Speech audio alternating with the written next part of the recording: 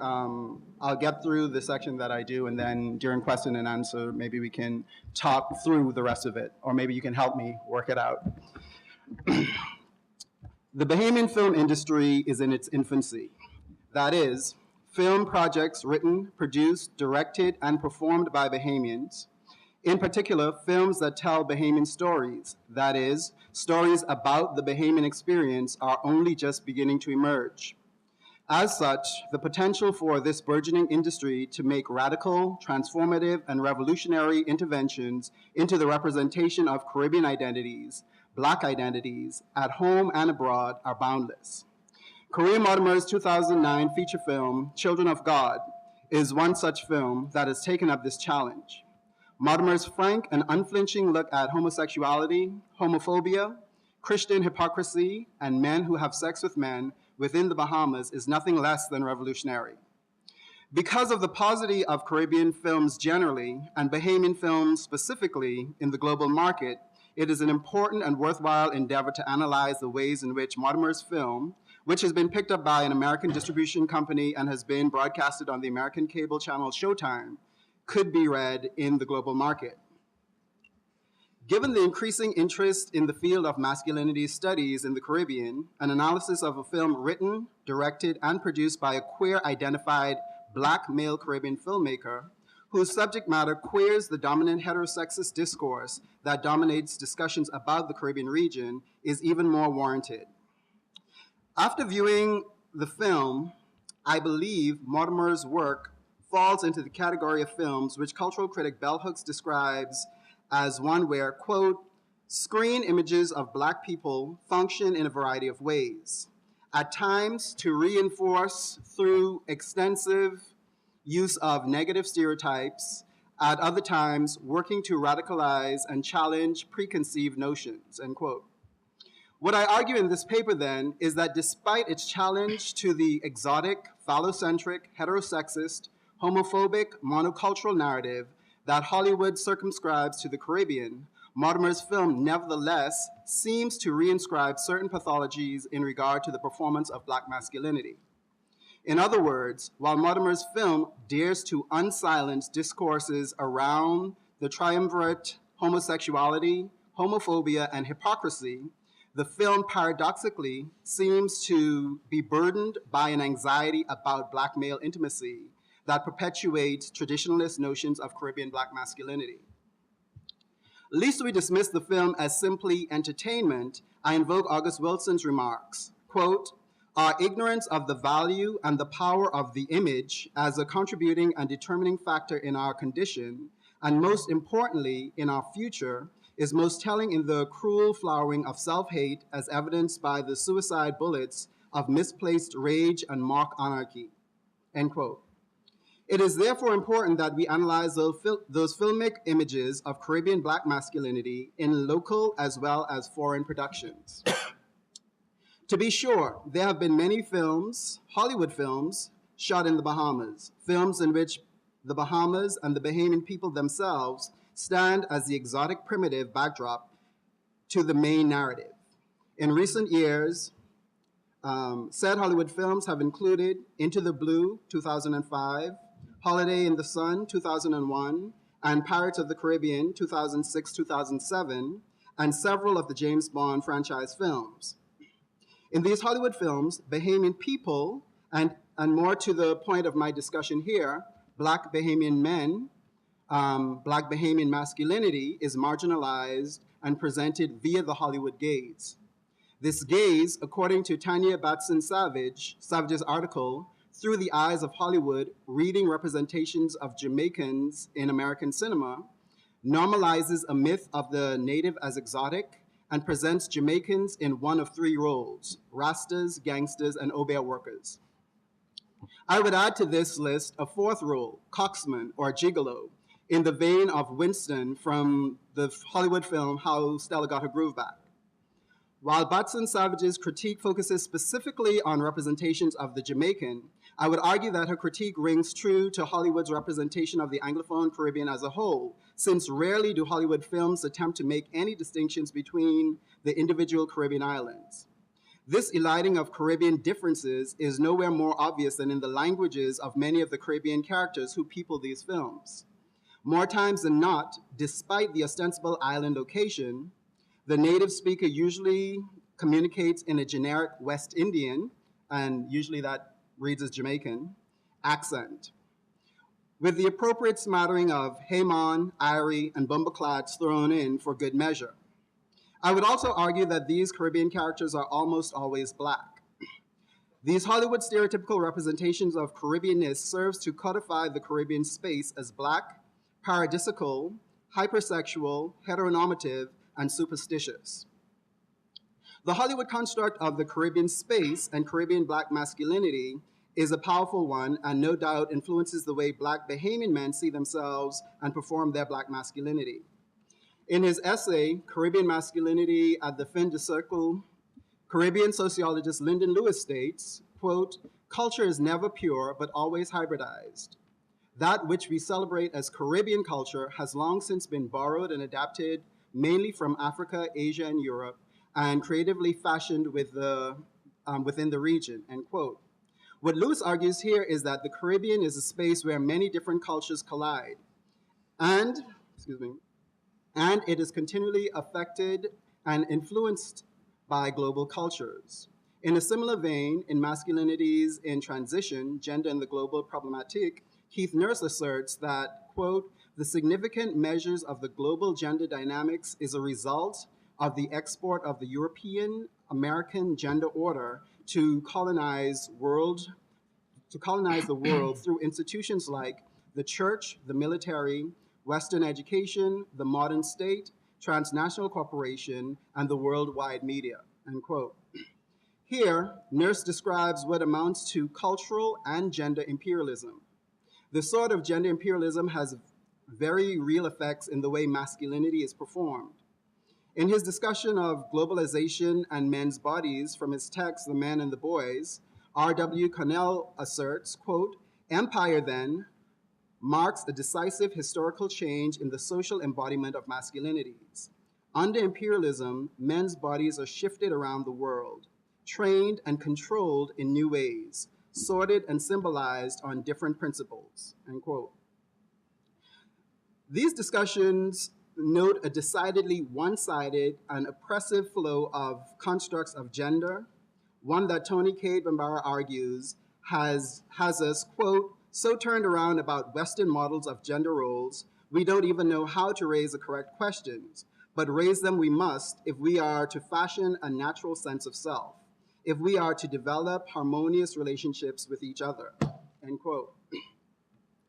While I do agree with Lewis, Nurse, and Cornell's assessment of the imperialist nature of Western religion, religious, political, and economic influences on the performance of gender roles globally, it is important to acknowledge that this is not a one-way street. Lewis notes that the Caribbean is a hybrid space, but does not seem to account for the agency of this position. In The Location of Culture, Homi Bhabha, however, explains that hybridity, quote, "unsettles the mimetic or narcissistic demands of colonial power, reimplicates its identifications in strategies of subversion that turn the gaze of the discriminated back upon the eye of power," end quote. As Western constructs of gender roles inundate post-colonial and colonized spaces like the Caribbean, Caribbean constructs of gender roles also infiltrate the West.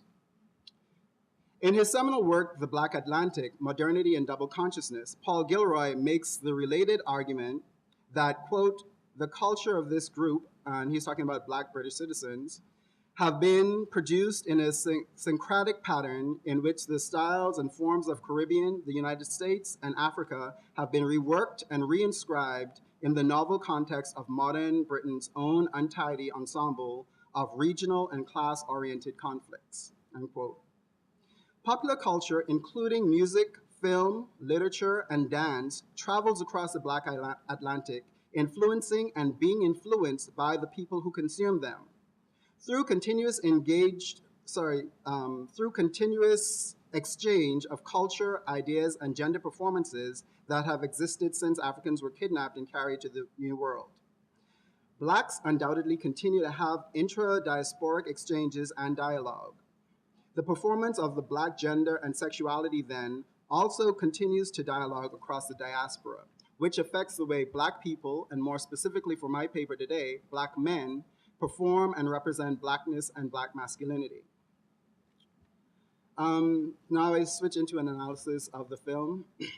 The film's narrative follows Johnny, a young Bahamian painter who travels from the mainland of New Providence to a neighboring family island, Eleuthera, in order to discover his artistic voice. Besides his voice, Johnny also finds Romeo, another Bahamian, who is also visiting from Nassau. The two young men quickly strike up a romance. Johnny is white and Romeo is Black.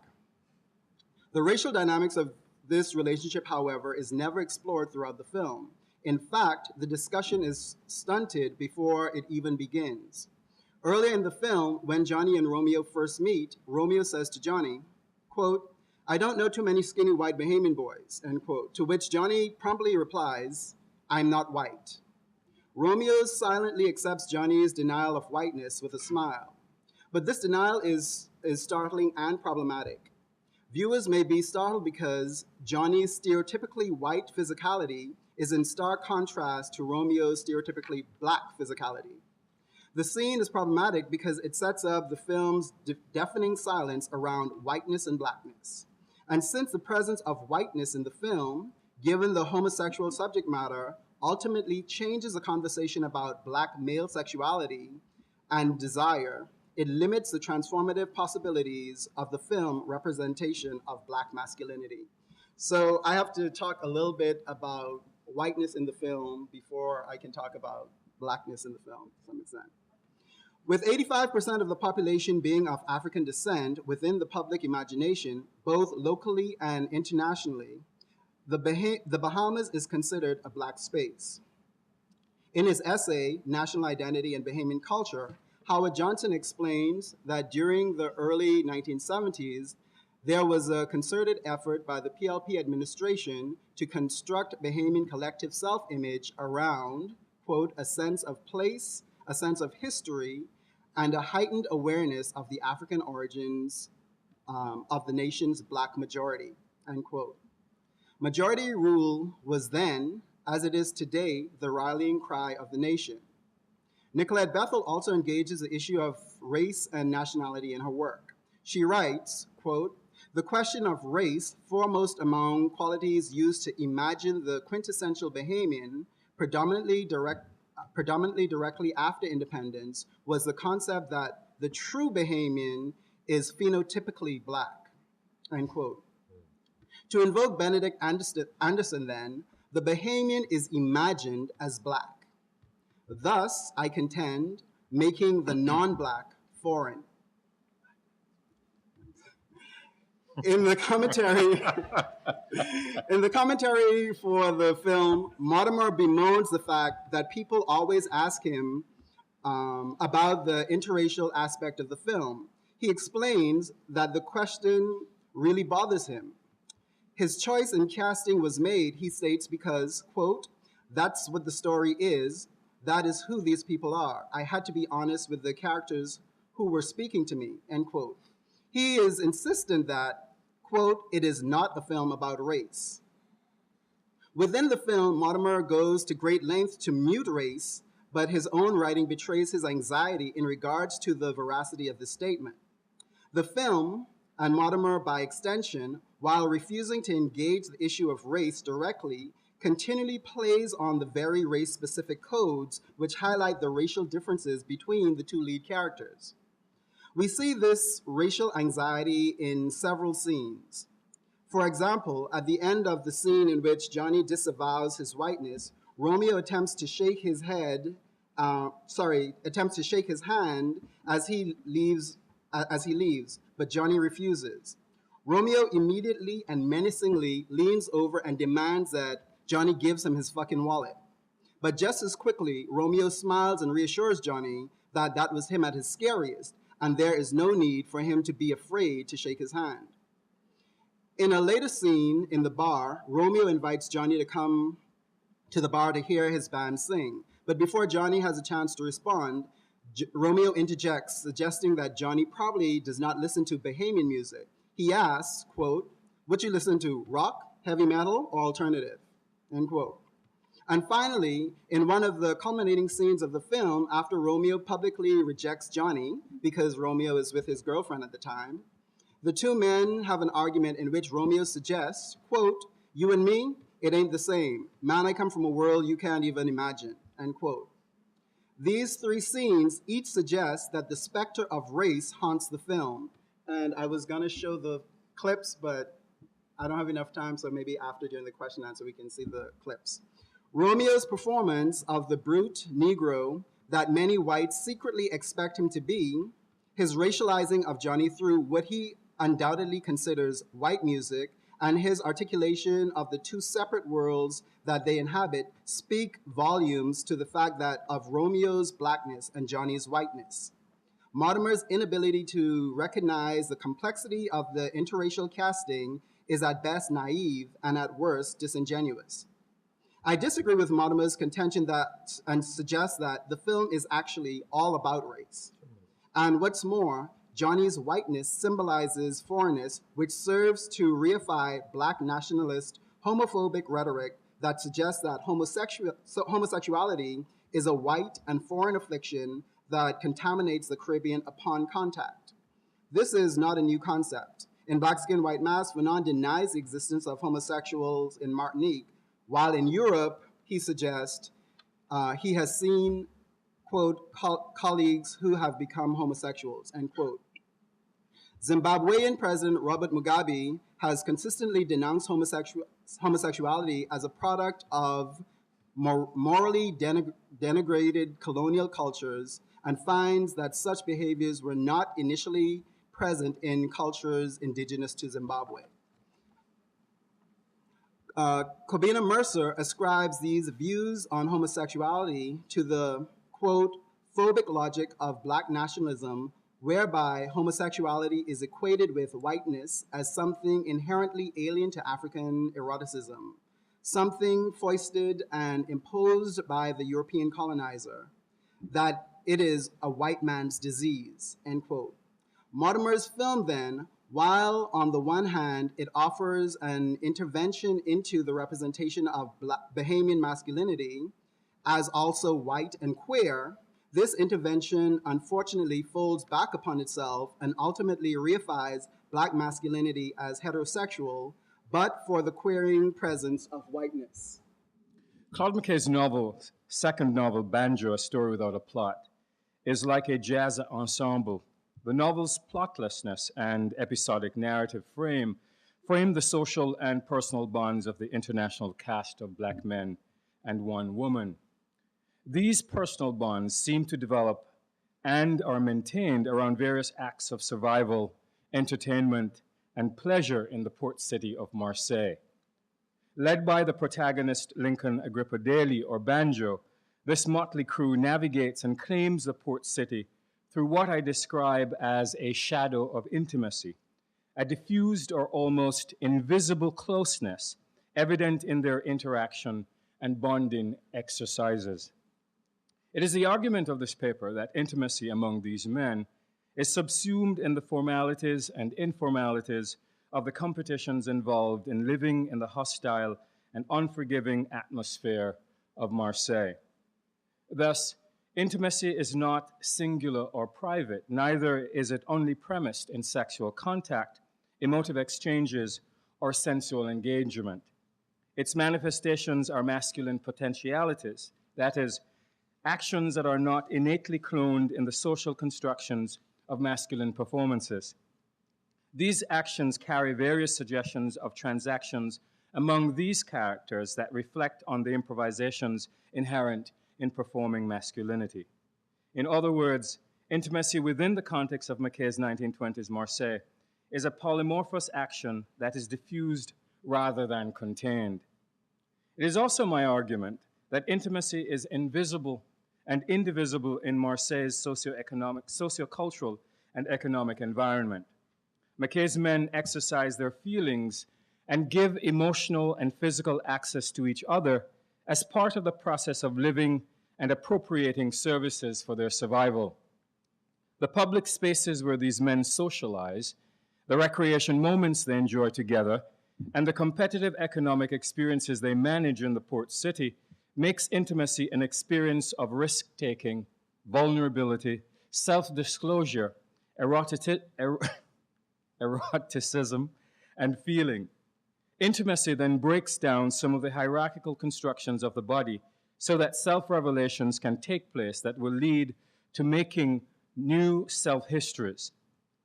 The ways in which McKay's male characters validate, compete, and socialize with each other and with other men in Marseille's urban space constitutes a challenge to the heteronormative representation of intimacy among men. Heteronormative masculinity constructs intimacy among men as a failed emotional experience where the man does not desire nor has the ability to demonstrate emotional attachment or feeling. In fact, this normative representation of intimacy queers intimacy, making it different, other, unmasculine, emasculating, soft, and homoerotic. These particular ways of pathologizing male intimacy in contemporary society, these particular ways pathologize male intimacy in contemporary society while demanding that men overcompensate for their feelings and emotional or physical connections with other men. Further, the hegemony of this regulation stymies the opportunity for male bonding and friendship and limits our understanding and appreciation of male friendship in any sophisticated way. The public thus sees male friendships as nothing but as a casual or hobby-like experience between men. In this novel, McKay seeks to challenge this normative nature of intimacy among black men by using the actions of his male characters as a revelatory instance that shows how these migrant bodies construct community as much as identity through their collaborative reshaping of the urban space in which they live. Furthermore, McKay attempts to demystify the hegemonic inhibitions, race, nation, gender, and heterosexuality impose on the viability and activity of intimacy.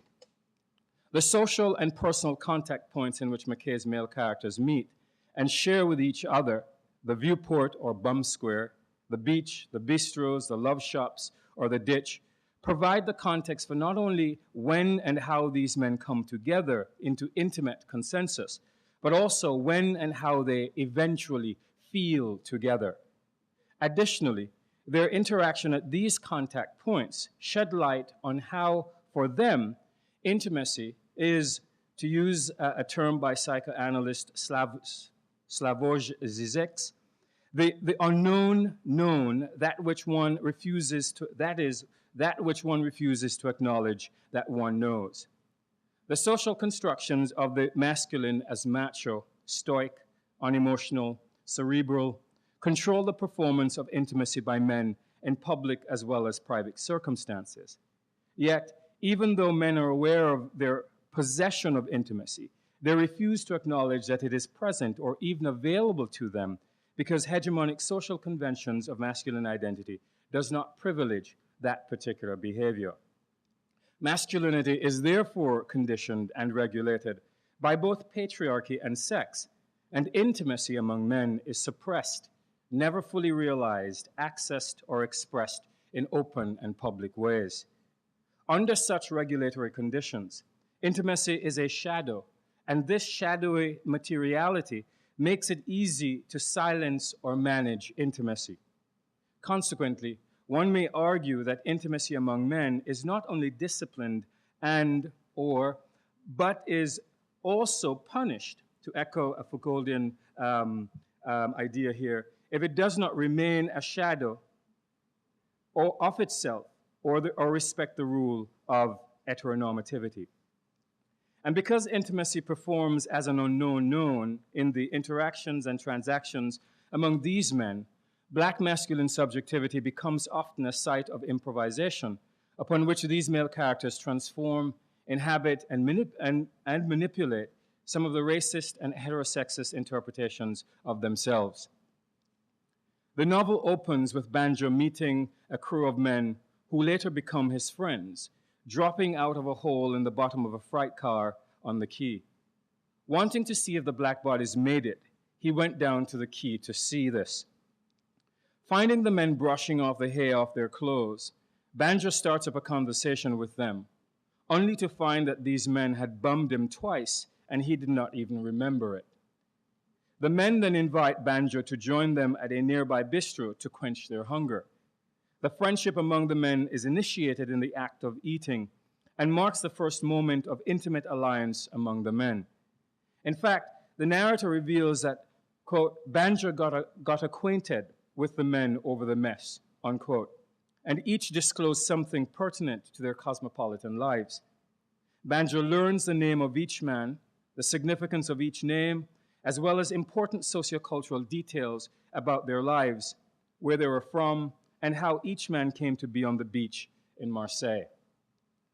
The event that eating is in the lives of these men is established in this very moment in the text and is lived out in later episodes where we encounter the men bumming for food from the ships docked in the port, cooking and eating as a group, or buying each other dinner as a way of extending and securing friendship bonds.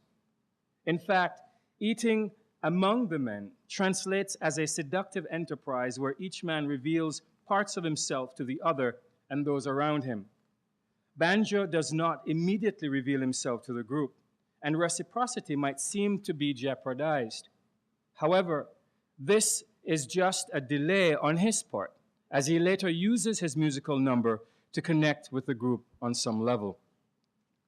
Banjo's delay then indicates that intimacy goes beyond these kinds of self-revelatory disclosures to include a need for attachment and emotion. In fact, Banjo's failure to expose his feelings or disclose any part of himself is precisely because he already understands how the expression of intimacy for him has much to do with the kinds of histories that these men already share, having lived in Marseille long before his arrival and having created personal bonds that he does not know about or share in. He is aware of their history, and one can read his delayed response as respect for the language they use to reveal themselves.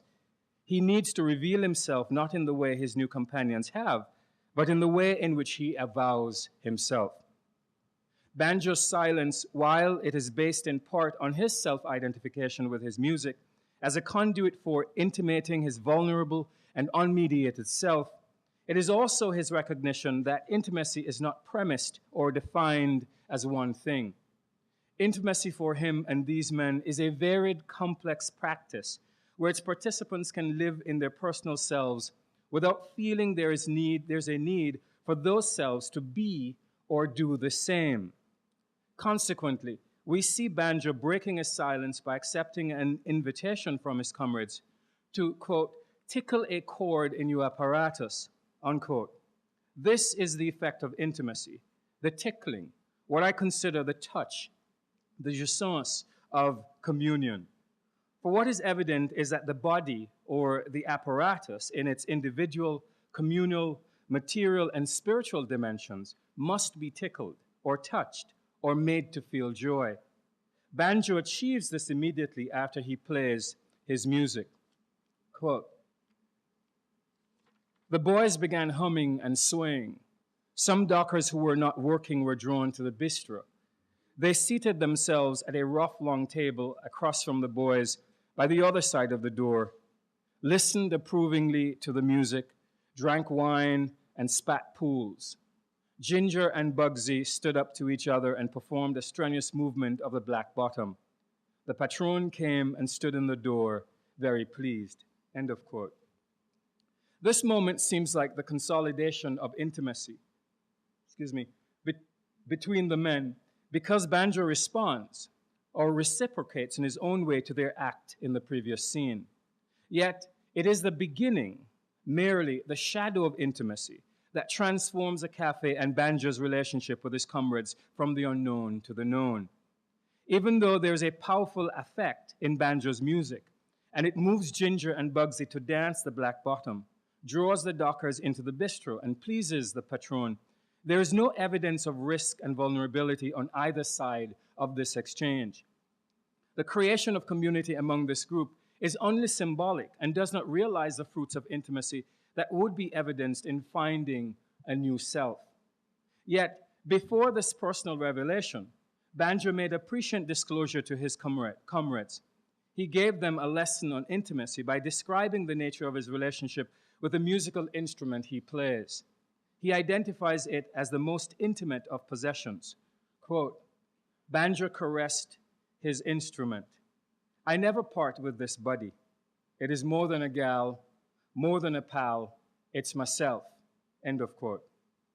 By calling his instrument his buddy, Banjo masculinizes his intimacy with the instrument and draws attention to the desire for male-male bonding. This desire is played out as subtly sexual in Banjo's caressing of his instrument, a phallic image of touching that sensualizes the intimacy between the two. The moment also implicates the value of pleasure that touch brings, that touch brings to the expression of intimacy, the tickle of the chord in your apparatus. Banjo's musical instrument is also both phallic and creative and mirrors the nature of his affect and masculine desire. So when he declares that his instrument never leaves him, he demonstrates how the production and execution of affect is sustained by the security that this masculine desire is not contained in sexual intimacy alone. Thus, his buddy will always be with him, secured as reciprocal, equal and sublimated as a reciprocal, equal and sublimated relationship that can take on a metonymic quality. Therefore, intimacy is the language Banjo employs and the image he draws from its use. The excessive nature implied in more than a gal and more than a pal is a gesture toward the consummation and sublimation that happens in the consolidation of intimacy, where the individual is no longer contained in oneself, but is now part of a community or has entered into a union with another unconditionally. As his instrument, Banjo implicates his own vulnerability and the necessary risk he will take to achieve intimacy. Could this be the reason why he decides to form an orchestra? Is it that he wants to sustain and deepen the intimacy he already shares with a musical instrument or with this group? Quote, Banjo dreamed constantly of forming an orchestra, and the boys listened incredulously when he talked about it, end of quote. Forming the orchestra is Banjo's way of transforming the nature of his relationship with the men. At another level of desire, the dream to form an orchestra is an attempt to realize a deeper potential in male bonding, not as a temporary experience, but as an ongoing fidelity to certain ways of being that are without the prescriptive status of gender and race, that which the wider society projects. Thus, this dream of forming an orchestra with his comrades is a dream for a more secure, habitable, and free space for intimacy, where masculinity is neither mediated nor conditioned by race, gender, or sexuality. For the orchestra is a space for seducing Black masculinity into becoming a reconstructive and restorative platform for creatively resisting the socioeconomic and political impoverishment the migrant men feel in the city. Banjo's desire is conspiratorial, even because what he hopes to achieve by bringing the group together is the creation of a competitive business enterprise and mindset that challenges the encounter of Black identity in the port city. His plan seeks to empower the group and the larger Black community in the city by disrupting capitalist patriarchal and Western value placed on how to and where to create intimacy. This orchestra, as a business and social enterprise, then becomes a ritual of intimacy, an empowering place to imagine new possibilities for Black masculine subjectivities. And this is the reason Banjo dreams. This is the reason he says, I could sure make one of them dumps look like a real sporting place, with a few of us niggers performing in here. Laddie, what the chance there is in a wide open cat town like this? But everybody's so hoggish after the Sioux, they ain't got no imagination left to see big money in a big thing, end of quote. Banjo recognizes that a certain way of seeing, of being, of representing self is necessary to respond to the dominant capitalist patriarchal model of masculinity, sexuality, and gender. He finds that an imagination is crucial in addressing the ways in which the social institutions define race, class, gender, and sexual orientation with scripts that structure and constrain the ways men can comfortably interact with one another. McKay challenges this constraint to both friendship and intimacy by representing the erotic memory in the character and expression of intimacy in his novel. It is precisely because of these constraints that McKay's vagabond masculinities seek to undiscipline their affections for each other and collectively engage and access their affections for each other in public ways. The narrator captures an example of this when Banjo plays his music at the Café Africain. Quote, "The Senegalese boys crowd the floor, dancing with one another. They dance better male with male or individually than with girls, putting more power in their feet, dancing more wildly, more natively, more savagely. Senegalese in blue overalls, Madagascan soldiers in khaki, dancing together. A Martinican with his mullatras flashing gold teeth. A Senegalese sergeant goes around with his fair blonde. A conga boxer struts it with his marguerite. And Banjo grinning, singing, white teeth, great mouth, leads the band," end of quote. This scene captures the eroticism that drives this public performance of intimacy. The description details a dissolution of hierarchies as the limits of heterosexist culture are overcome, community building takes center stage, and friendships are being solidified. Furthermore, the diverse atmosphere adds to the erotic content and desire influencing the ways in which members of this scene connect with each other. Masculinity is displaced in this moment of intimate relationship because the norms and values of the culture, especially those centered on gender and sexuality, are fictionalized in the reality of the bonds that these bodies form. Inherent in this scene is a focus on the body as an erotically charged symbol, harboring a host of meanings and a series of material practices of embodiments. What is evident as these erotic bodies display themselves within the cafe is how they engulf, touch, commingle, and empower each other to feel. The erotic is heightened by the way these bodies engage desire and is a testament of the intimacy that exists. We imagine that these bodies can in fact be our own, or at the very least, be bodies that we know. Furthermore, the narrator's description of the Martinican, quote, flashing gold teeth and Banjo's great mouth shows the mouth as a site of eroticism, attraction, and desire. The mouth and the action it performs in its variety is a symbol for intimacy. The narrator's emphasis on the flashing gold teeth and Banjo's white teeth calls up images of eating, pleasure, satisfaction, or even ecstasy. The descriptions reflect the potency of intimacy in this space to make the parts symbolize the whole. The mouth dramatizes what the entire body feels and communicates the extent of the erotic to reveal latent personalities and identities. The flashing gold teeth and the white teeth of these men are not predatory or threatening parts of the whole, but celebratory Dionysian expressions of desire and attraction. I'm going to have to finish here. I only have 2 paragraphs, right? Okay, thank you. The mouths of these 2 men are parallel the charged eroticism of the body and remember and mirror a desire for their own bodies. Consequently, it is the part, the mouth, that enacts and broadcasts the pleasure of seduction in this charged, intimate space. This scene becomes a preamble to another erotic display of intimacy between 2 African immigrants. A coffee black boy from Cameroon and a chocolate brown from Dakar stand up to each other to dance a native sex symbol dance. Bending knee and nodding head, they dance up to each other. As they almost touch, the smaller boy spins suddenly round and dances away. Oh, exquisite movement, like a ram goat and a ram kid, hands and feet. The language employed in this scene reflects the refusal to sedate the body in sex. In fact, the author refuses to leave out the sexual implications inherent in this dance, and deliberate construction of this intimate relation between the 2 men is meant to confound the traditional rules by which masculine interaction is based. The erotic in this moment does not become sexual intercourse, and neither do we see the men flirting with this desire. What is clear is a distinct accommodation and acknowledgement of sexuality in the performance act of intimacy. And like the smaller boy who spins and dances away before the 2 men touch, the moment implicates the readers to do the same. Furthermore, by describing the moments as exquisite, The narrator charges the moment with a consuming gaze that connects the watcher with the performer in the most intimate of ways. So, what is the value of intimacy then for understanding the behavior of black men in oppressive spaces?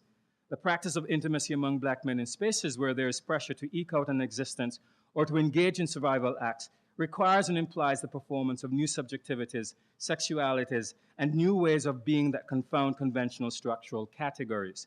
And intimacy then sheds light on the pluralism of masculinity and the existence of a queer and erotic body that, through its ethnicity and migrancy, offers a valuable lens for reading transnational and diasporic expressions of masculinity, sexualities, and race.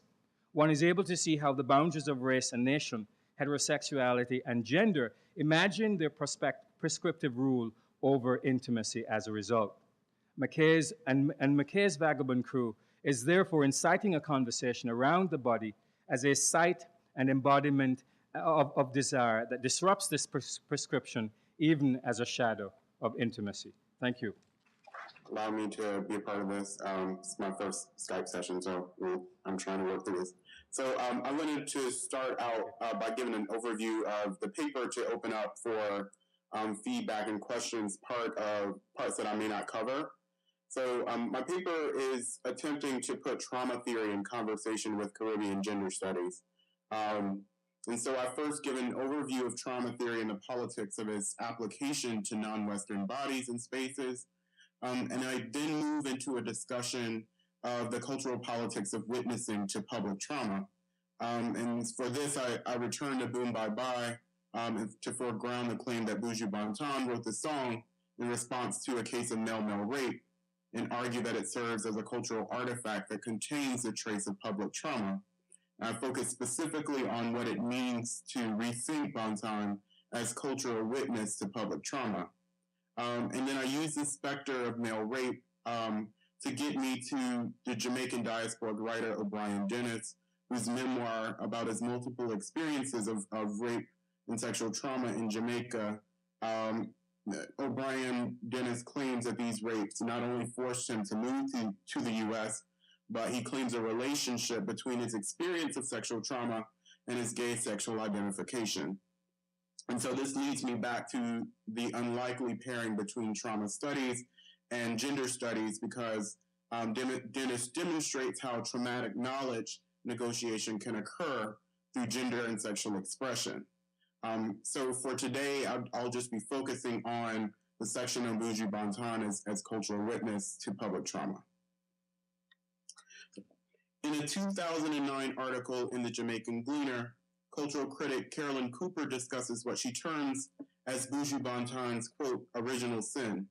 She argues that his sin in writing Boom Bye Bye was his youthful interpretation of biblical principles against homosexuality through, quote, imported Hollywood gun culture and calling judgment on sinners for the crimes of pedophilia, buggery, and rape, end quote. It is the story, however, of why Banton wrote this song that is important to my analysis. Cooper writes, quote, as an impressionable teenager brought up in Jamaica, Buju Banton can be forgiving for composing the infamous Boom Bye Bye. The story goes that he was inspired to write the lines in response to the rape of a boy by an adult male, end quote. This story has been taken up and contested in the popular media as a narrative that might rationalize Banton's violent lyrics. Supposedly, his impressionable youth combined with the extremity of the crime led him to write the now infamous lyrics.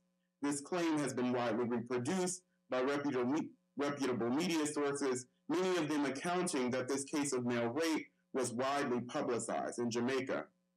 I do not take up this claim to deliberate its historical accuracy or to explain away Banton's violent and homophobic expression.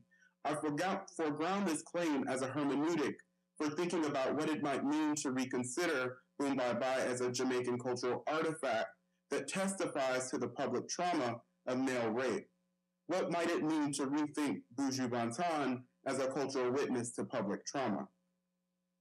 The controversy over Buju Banton's Boom Bye Bye has been well documented by scholars and popular culture alike.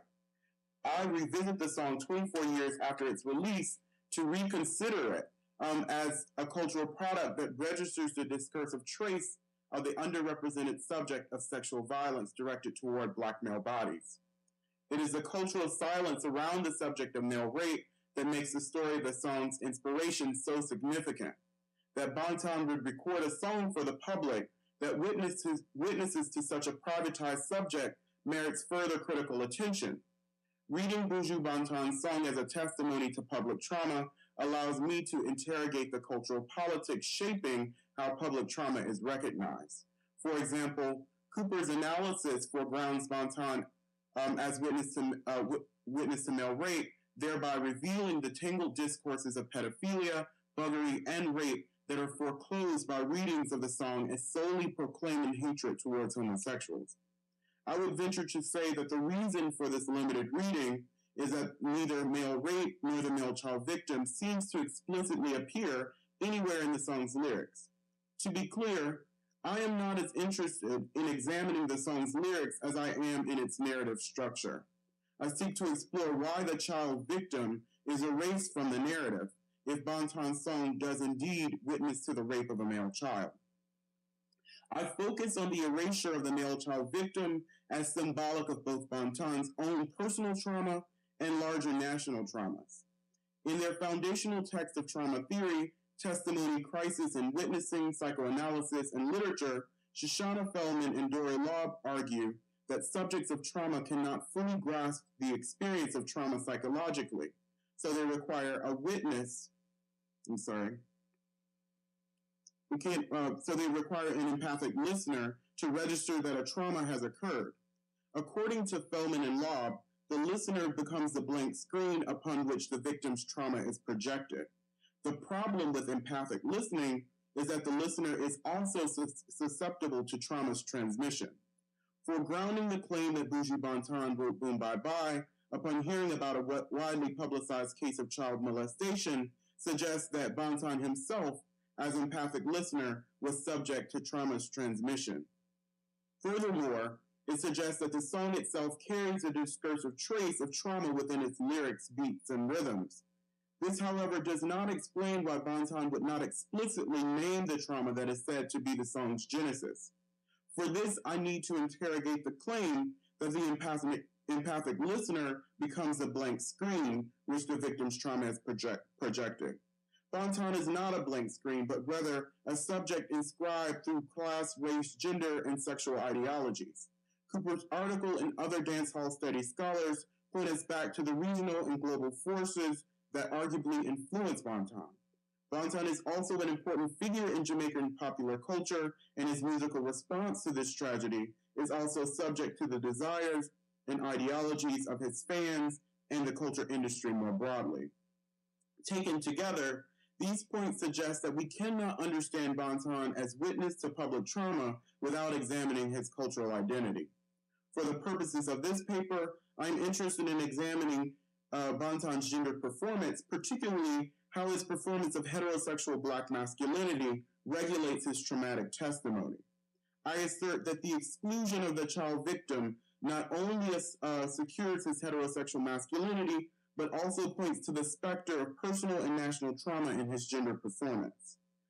Under the confines of heterosexual Black masculinity, Banton must maintain his own inviolability and invulnerability, even in his traumatic testimony. Boom Bye Bye's lyrics have been read as a threat to shoot gay men in the head. This violent lyricism maintains Banton's hegemonic performance of Black masculinity by constructing the baddie boy as a phobic object of his testimony. However, if we consider the specter of male rape trauma within this narrative, then it is revealed that the baddie boy, as the perpetrator of rape, and the male child victim are cast into the space of otherness. While violently labeling the perpetrator as homosexual deviant that deserves death, Banton simultaneously vanishes the male child victim. Vanishing the raped child from his testimony reveals the limits of Banton's identification with the victim. It also allows him to keep intact the myth of childhood innocence. North American queer theorist Kevin Oney has argued that childhood innocence has a queer effect in that cultural actors are not so much concerned with childhood experience as with how the child would turn out as an adult. evacuating sexuality from the temporal space of childhood assures that, quote, the teleology of the child is heterosexually determined, end quote.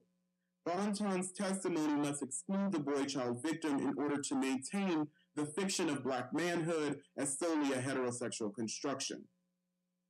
The elision of the child victim also suggests the gaps and silences of trauma. Psychologist Judith Herman suggests that the will to deny and the will to proclaim horrible events is a central dialectic of psychological trauma. This dialectic produces traumatic utterances that only gesture toward a historical experience not wholly available to the subject. Therefore, some elements of trauma remain unrepresentable and unspeakable for the subject.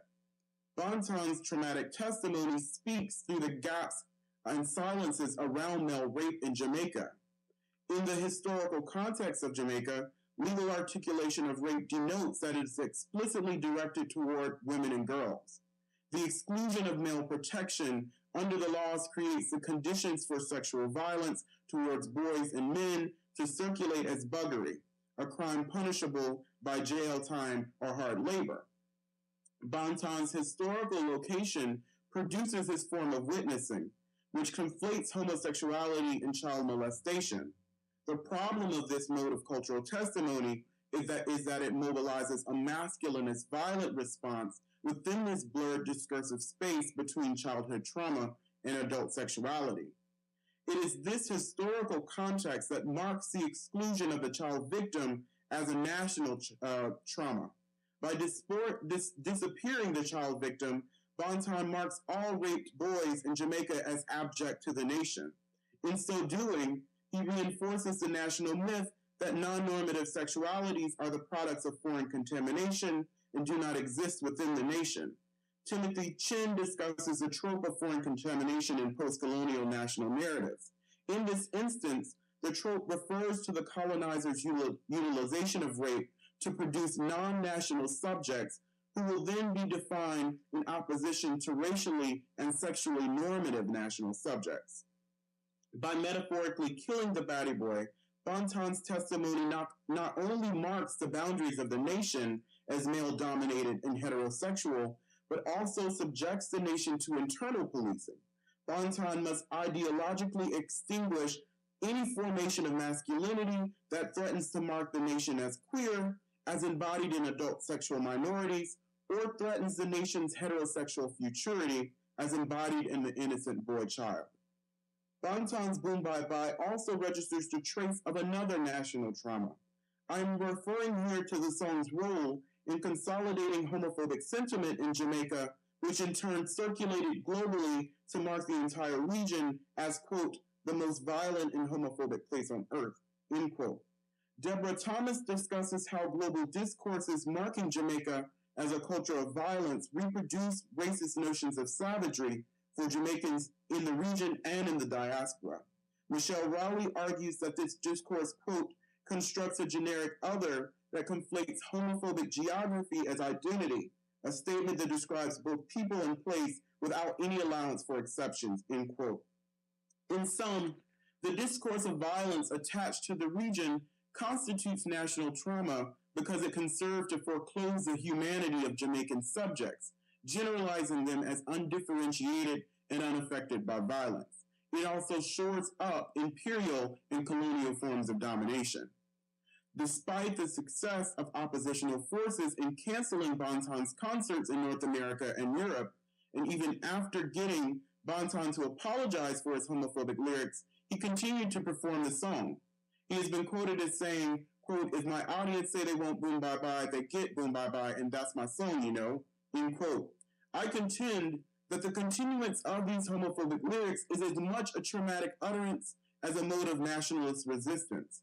Commenting upon how homophobic lyrics in dancehall often disrupt the song's transition, Natasha Barnes believes that, quote, narratively, the lines witness a collapse of meaning that signals both the logic of ideological homophobia and a kind of poetic instability that significantly alters the linear structure of the earlier lines, end quote. The poetic instability and collapse of meaning that Barnes sees suggest the narrative gaps and silences of traumatic testimony. The gunshots that interrupt the stanzas, spontaneous lyrical eruptions in between stanzas, and ironic affirmations of same-sex couplings in Boom Bye Bye indicate the narrative ruptures of trauma. Barnes' reading of dancehall aesthetics opens up a line of inquiry into what might be called the traumatic intrusiveness of homophobic discourse, its almost unwarranted expression. Trauma theorist Kathy Caruth argues that trauma is marked by, quote, the literal return of the event against the will of the one it inhabits, end quote. Homophobic discourse in dancehall lyricism reproduces the structure of the traumatic flashback through its compulsion and repetition. At the moment when Bonton's testimony constructs Black masculinity through witnessing to male rape, the image of the baddie boy returns unwarranted and must be violently and repeatedly policed into the space of abjection. Bonton's homophobic lyrics serve the double duty of hailing forth and then policing non-normative masculinities, but this process also depends upon an other continually silenced by global, national, legal, and moral discourse. The male rape victim remains invisible within this symbolic field. This silence and erasure, however, archive the trace of public trauma concealed under the sign of homophobia and violence that plagues the region. The prevailing silence in contemporary discourse about Black masculinity's constitution through sexualized violence further reveals the privilege and heterosexual construction of Black masculinity. Rereading Boom Bye Bye as a cultural artifact that witnesses to male rape attempts to speak through the silence. Centering Buju Banton as a cultural witness to male rape, I have attempted to interrogate the cultural politics of trauma's recognition. I have also attempted to put trauma studies in conversation with Caribbean gender studies. The case of Buju Banton demonstrates how heterosexual Black masculinity can operate to disavow Black men's narratives of trauma. Trauma studies, however, allows us to read for the erasures and silences in Black men's narratives that may evidence the present absence of traumatic experience. Thank you. What is feminine and what is masculine, the way it's becoming very hard and fast, and the way we just, especially in the Bahamas today, we are unwilling and intolerant towards any sort of difference all of a sudden, where it wasn't like that a few years ago. I'm not sure that I would describe it as a problem. I think it's a wonderful place of tension that is introducing all kinds of possibilities for discussing this particular treatment or understanding or even engagement of gender. And I think that it is necessary to conceive of these particular conversations as relevant in how we not only think about the way in which gender means in a Caribbean context, but also how it also affects how it impact, or those discussions, I should say, impact what gender will mean outside of the Caribbean in terms of how individuals who are of Caribbean background or who are Caribbean migrants also affect that particular representation as well.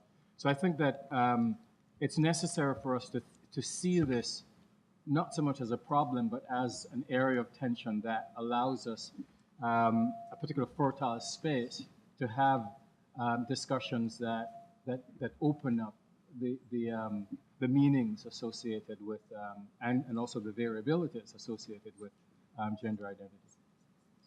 That's a very very important question. I think that I'm presently wrestling with, but I think that it's profound in the way in which it somehow influences what I consider intimacy to be. And what I mean by this is that one of the things that I will go on to develop in the paper is the way in which intimacy is sort of not just localized in a particular space, but it is also, to use a very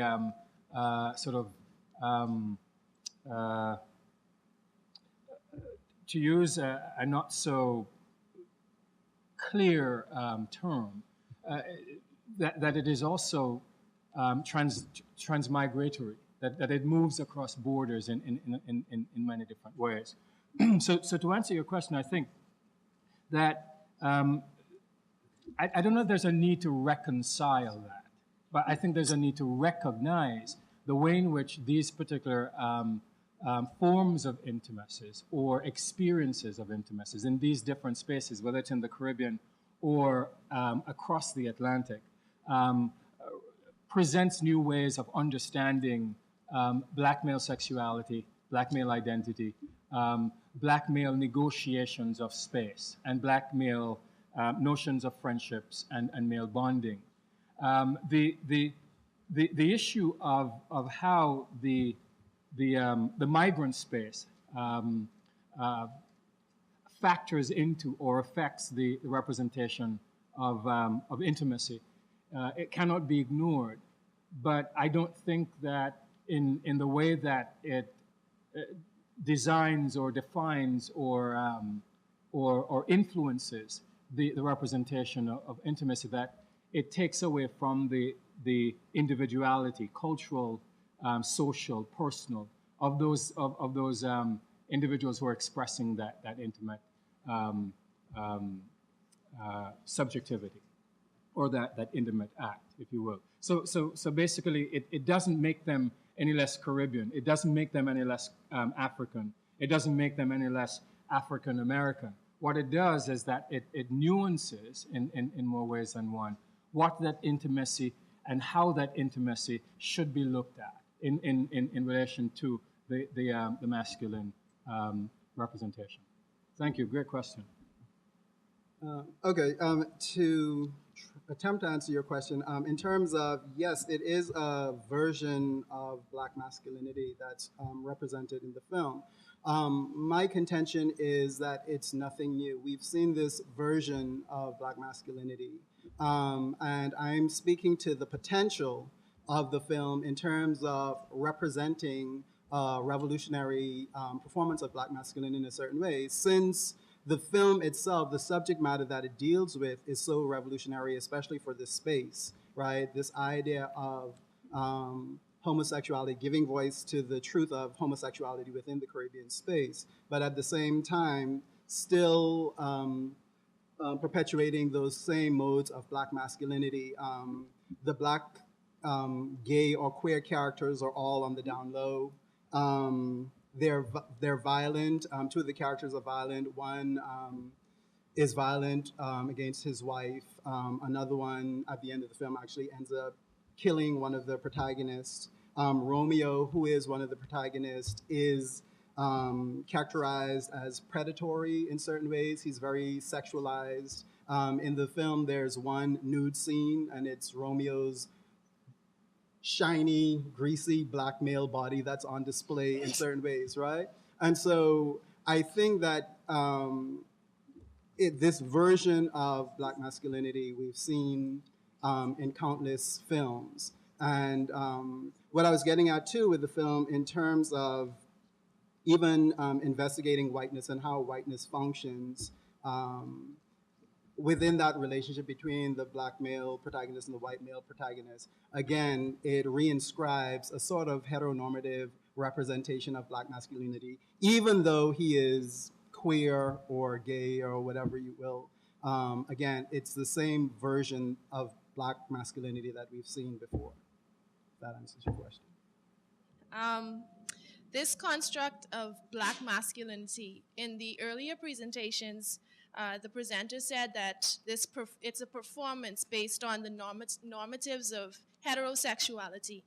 And the presentations that we just heard, it's clear that this intimacy portrayed is different from what we expect from this normative of heterosexuality. Now, to what extent does this go against what Butler says in her premise of gender being a performance? And to what extent can we say that what we've just listened to, is it a sub-performance or anti-performance against this normative of heterosexuality? Great, thank you. um, I think that even with the representation of intimacy that you see, even though it is something that is against heteronormative, um, um, the heteronormative manifestations of masculinity, it does in fact represent or present us with a performance, and that the way in which these individuals are able to draft themselves or to create these new selves is through this space that they give themselves in order give themselves to trouble, to question, to to um, to design or define new ways of seeing their bodies or using their bodies among each other within the space that they're in. So I think that it does echo what Butler uh, defines, argues about performativity. But what is important to note is that what these men are doing in Marseille is that they find themselves in oppressive conditions, hostile situations, and the abnormal or the alternative or the different ways in which they represent intimacy is somehow not produced deliberately or self-consciously. It is in the ways that they're eating, which is a very traditional or even normal activity. It is the way in which they're dancing with each other. It is the way in which they're telling stories. It is the way in which they're laying on the beach and playing together. That these particular activities that we know, that we understand to be normal, that within those there are particular slippages or there are particular ways in which a new way of interacting with each other can be seen. And that is where the performance itself is exercised. Hello, Jared. Thank you for a very, very moving and interesting reading of McKay. I couldn't help during your discussion of the scene with the mouths and the teeth, I couldn't help thinking about the word and the idea that the mouth is where the word enters. And I'm wondering if you can speak about the level of intimacy and the vulnerability of McKay himself in writing this representation of the Black homosocial bond within the diaspora and just the very composition of this character, a composer who is doing it. So I think what I'd like to see is some connection between banjo and his instrument and Claude McKay and his instrument of the text, and the intimacy that he affords between the writer and the reader, between the reader and the characters and the experiences that he constructs. Okay, great. Thank you. I'm going to do my best to try to see if I can fathom a response. It's a very intriguing proposition that you're making here, and I think it extends in a lot of ways what I was trying to do with the working out, if I may use that sort of inelegant phrase, of banjo's relationship with his instrument, you know, and that has a tremendous amount of sexual innuendo in it that I think implicates McKay's own linguistic performance in the text, or McKay's own linguistic authority, if you will, and I might say intimacy with the way in which he's creating this particular narrative. That he understands very well what he's doing as a person who I consider to be one who studies very well the behaviors of men. In his autobiography, he said when he was living in Marseille that this was the place that was closest in his mind to Jamaica, having lived in the United States, having lived in Moscow for a while, having spent some time in Germany and Morocco as well, and in Paris, that this was a place where he felt mostly at home. But what he didn't say, but implied in that particular statement, was that the place that he felt most at home was among these men who were migrant sailors from the Caribbean, from the United States, from Africa, from various other parts of the world. And in a sense, the intimacy, I think, that one can imagine in the way in which he creates his text comes as a result of, or can be seen in the knowledge that he produces, that comes from how much he understands, he knows these particular men, the lives of these particular men that he's writing about, because he has lived in this particular space. And if I may jump a little outside of Banja for a little bit, I think that intimacy can also be understood in the way that he creates his first novel, Home to Harlem, which treats this particular kind of situation between or should I say, it treats a particular autobiographical relationship that is subsumed in the text, in the way that he creates Jake as this half of him, and Ray, the other character, as the other half of him, that is trying to find some way to conceptualize.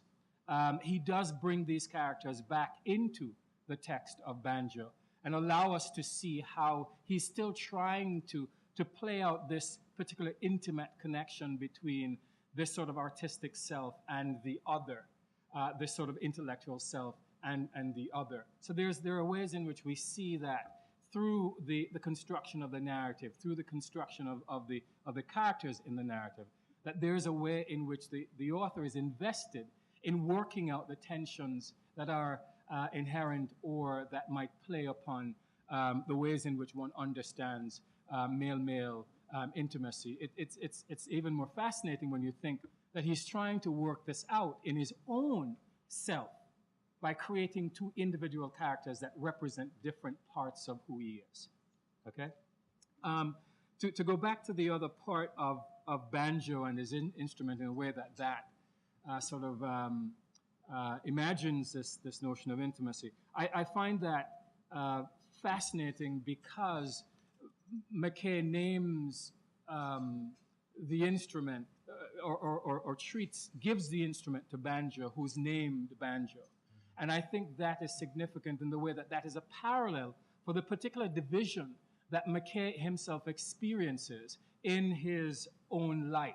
Especially as the novel is called Banjo. Exactly, and the novel is called Banjo.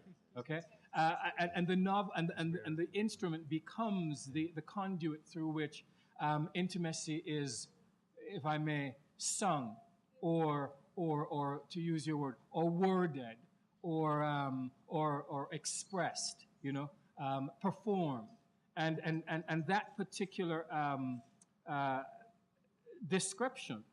That particular working out of this important part of his masculine identity is something that I believe McKay felt self-conscious about, and we see that not only represented in this text or in Home to Harlem, but also in his third novel, Banana Bottom, where he complicates it even more by bringing in a female character to, as I argue, play as himself, to perform as him, to sort of complete or solve this particular problem or question of intimacy. So I think there's a tremendous amount of currency there in the question, and thank you very much for asking that. Can I just quickly add to that, Jared, that I wanted to ask you, and it's linked to that, and it might not require a comment now, okay. But I thought that in your elaboration on intimacy, that artistic creation and the imagination seem to be a site for exploring intimacy, and perhaps that is signaling, you use the word self-consciousness, that the fact that the musical instrument is being used to articulate this is is a novel, which is an artistic product about a musical instrument, that there's a level of self-consciousness there that might be able to link the authorial narrative production and the banjo and other musical instruments as something that is, he seems to be privileging as a site for exploring intimacy. But I want to ask Darius a question. I just want to leave that comment with you. Darius, there's a kind of absence presence here because I can see you. This is Michael Buckner, but I'm sure you're not seeing me. I hope you can have an image of me from somewhere else. And it will help the conversation. I was really blown by your wonderful presentation, complicating Buju Banton and that whole song and its controversy in very interesting ways. And I think that your paper demonstrated clearly how interdisciplinary conversations can really make things more interesting. The trauma theory being brought in relationship to issues of gender and so on. But in hearing this paper, in the context of this panel, where we have a kind of overarching interest in intimacy, interracial intimacy, the intimacy that Jared has been talking about, shadow intimacy, you made me think, start to rethink intimacy in interesting ways, because oftentimes we think of intimacy as connections and bonds being made where people have things in common. But in this kind of trauma theory, how trauma as that powerful activity, people who are not sharing similar histories or privileges somehow can make a bond. And I wondered whether you want to talk a little bit more about the understanding, when you talk about the empathetic listener, that how it is that a Buju Banton sporting a kind of heteronormative privilege and so on is making this connection. And I'm convinced about your argument. And I wonder what it says about notions of intimacy. And if you could elaborate a little bit more on that. Thanks. Yes. Well, so I struggle with that because, I mean, there's a lot of work out there that's sort of examining this sort of what is called a foundational notion of trauma, right? That there's a field of trauma studies called cultural trauma studies in which they talk in a U.S. context about slavery in the Middle Passage as the founding trauma that constructs African-American identity. But I'm really interested more so in what and Dominique LaCapra has talked about. He's a Holocaust historian who's talked about that trauma should not be thought about as this founding notion of identity, because that can create a kind of biologism and sort of a homogeneous notion of identity. And I'm interested in thinking about trauma in the way that it raises the question of identity.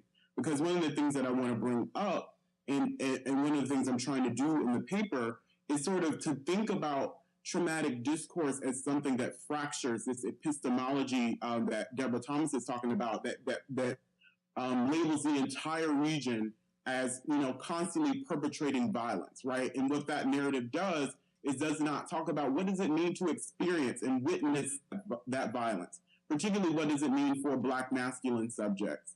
And so I'm thinking about the ways in which trauma constructs difference, but also the modes in which trauma can kind of gesture towards a collectivity, right, to create a public culture around trauma. And I think that the dance hall, the space of the dance hall itself, allows for Banton to be able to construct a public culture around the trauma of male rape. I need to housekeeping comments here. I need to thank our sponsors who really made this event possible. I'd like to thank Sheraton. I'd like to thank the Royal Bank of Canada. I have to thank Wyndham. This is my job. I have to thank you guys for coming. I have to thank Chimmy for providing us with refreshments. Wyndham again for doing that. I have to thank JAB Investments. I have to thank a whole slew of